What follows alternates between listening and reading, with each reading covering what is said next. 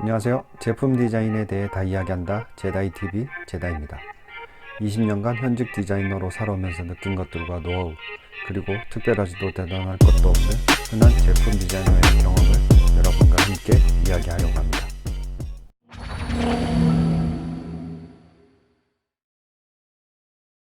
안녕하십니까. 제다이TV 제다입니다. 오늘은 취업 관련 두 번째 시간, 이력서에 대해서 말씀드리도록 하겠습니다.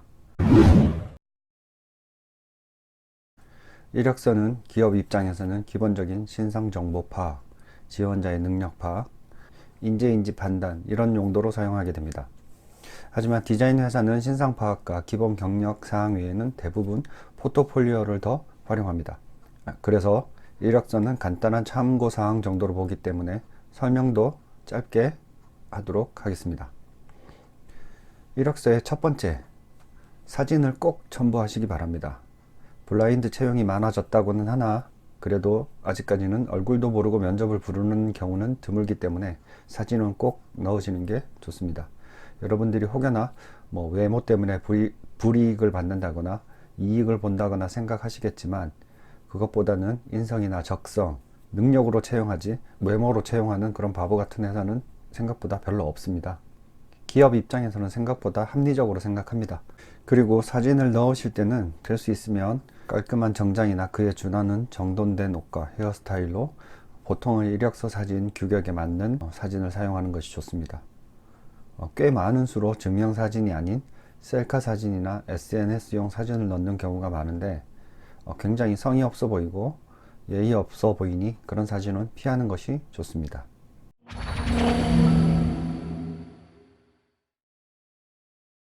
그 다음 경력사항은 보수를 받고 일한 경험을 적으시고, 경험 및 활동사항에는 보수를 받지 않고 일한 경험을 써놨습니다.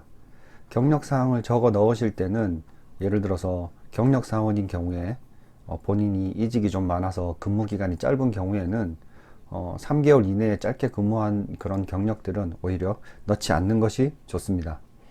이직을 굉장히 자주 한 사람처럼 보이기 때문에 굳이 이력서에 표시를 해서 그런 지적을 받으실 필요는 없고요. 면접 보실 때 그 짧은 근무기간 혹은 중간 공백 기간에 대해서 질문이 나왔을 때는 거기에 맞게 합리적인 대답으로 하시는 게 좋습니다. 미리 써서 괜히 문제거리를 만들지 않는 것이 좋습니다. 그리고 또 많은 분들이 궁금하게 생각하시는 희망 연봉 부분에는 제 생각에는 회사 내규에 따름이라고 쓰시는 것이 좋다고 생각을 합니다. 기본적으로 급여나 연봉에 대해서는 다른 루트를 통해서 미리 정보를 입수를 하시고 서류를 합격을 하고 나서 궁금한 연봉에 대해서는 면접 때 물어보시는 것이 좋고, 혹은 면접이 끝난 다음 채용 담당자나 다른 분들을 통해서 한번 알아보시는 게 더 좋다고 생각을 합니다. 서류에 연봉을 높게 이렇게 써놨을 때 서류에서 그냥 바로 탈락되는 경우도 있고, 금액을 미리 쓰시는 것보다는 회사 내규에 따름이라고 쓰시고 면접을 보신 다음 그 회사가 마음에 들 경우에는 본인이 연봉 조정을 할 수도 있고, 또 회사 입장에서는 면접자가 마음에 들 경우 미리 책정해 놓은 연봉보다 더 제시할 수도 있는 기회가 있으니까 제 생각에는 면접을 보시고 나서 연봉은 협상하시는 게 더 유리할 것으로 생각됩니다. 이번에는 자격증에 대해서 말씀드리겠습니다.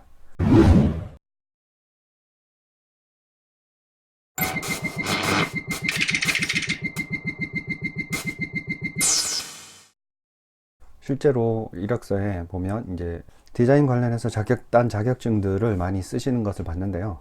실제로 제품 디자인 전문 회사에서는 학생들의 자격증은 거의 크게 신경 쓰지 않습니다. 회사 실무를 하는 데 있어서 크게 중요하다고 생각을 하지 않고, 이전 영상에서 이야기한 것처럼 포트폴리오를 통해 실력이나 가능성을 검증하기 때문에 자격증보다는 스케치나 모델링에 대해서 조금 더 연습을 하시고 제품 생산에 대한 그런 지식들을 더 쌓아 두시는 것이 유리하다고 생각됩니다.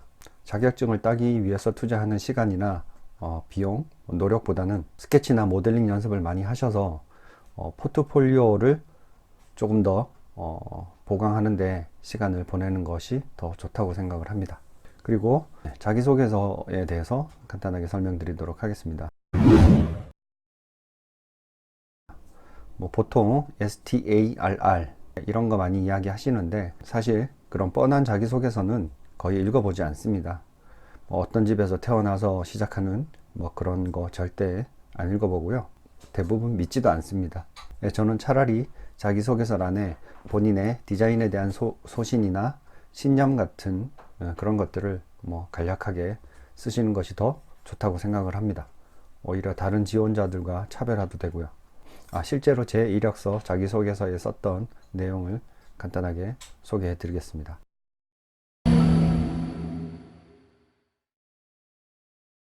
디자인은 예술이 아니다. 우리가 행하고 있는 겉멋예술 그거 절대 아니다. 치중에 느낌이 와서 한 번에 붓질로 해치울 수 있는 그림이 아니며 사전 조사와 연구 없는 대화로 얻을 수 있는 것도 없다. 나는 디자이너야말로 일찍 자고 일찍 일어나며 정시에 시작해 정시에 끝나면 물론이고 뉴스와 책을 보고 시간 쪼개기를 즐겨야 한다고 생각한다. 나 역시 그런 힘을 기르기에 초점을 맞추고 있는 이유도 디자인적 체계를 잡기 위해서이다. 이런 내용들로 채웠고 대부분 디자인 관련 서적이나 이런 기사 같은 데서 제가 인용을 하거나 보태거나 해서 적었습니다. 뭐 이렇게 적는 이유는 아까 말했던 뻔한 자기소개서를 쓰지 않기 위해서였기도 했지만 실제로 제가 가지고 있는 디자인에 대한 생각, 일을 할 때 태도 그런 것들을 말씀드리고 싶었고 또 이런 생각에 공감하는 회사에서 같이 일하고 싶었기 때문입니다. 여러분도 이런 식의 자기소개서를 한번 써보시는 것은 어떨까요? 형식에 얽매이는 회사에서는 뭐 싫어하실 수도 있겠지만 적어도 틀에 얽매이지 않고 새로운 상상력이 필요한 제품 디자이너를 뽑겠다는 회사가 그렇게 하면 안 될 것 같죠? 뭐 제가 채용 담당일 때 저런 자기소개서를 쓴 지원자가 있다면 기특하고 굉장히 좋아 보일 것 같습니다. 적어도 디자이너라면 이런 시도 정도는 해봐도 괜찮을 것 같습니다. 여러분이 실제 제품 디자이너로 살다 보면 손으로 디자인만 잘해서는 절대 클 수 없다는 사실을 알게 될 것입니다.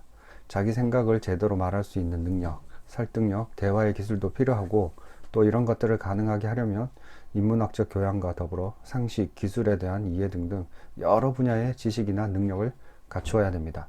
제 생각이 정답이 아닐 수는 있지만 여러분도 뻔한 자기소개서 대신에 제가 말씀드린 것처럼 자기소개를 한번 써보는 것은 어떨까요? 자, 다음 시간에는 실제 면접 볼 때 요령이나 준비에 대한 이야기를 해보도록 하겠습니다. 이상 제다이TV의 제다이였습니다. 감사합니다.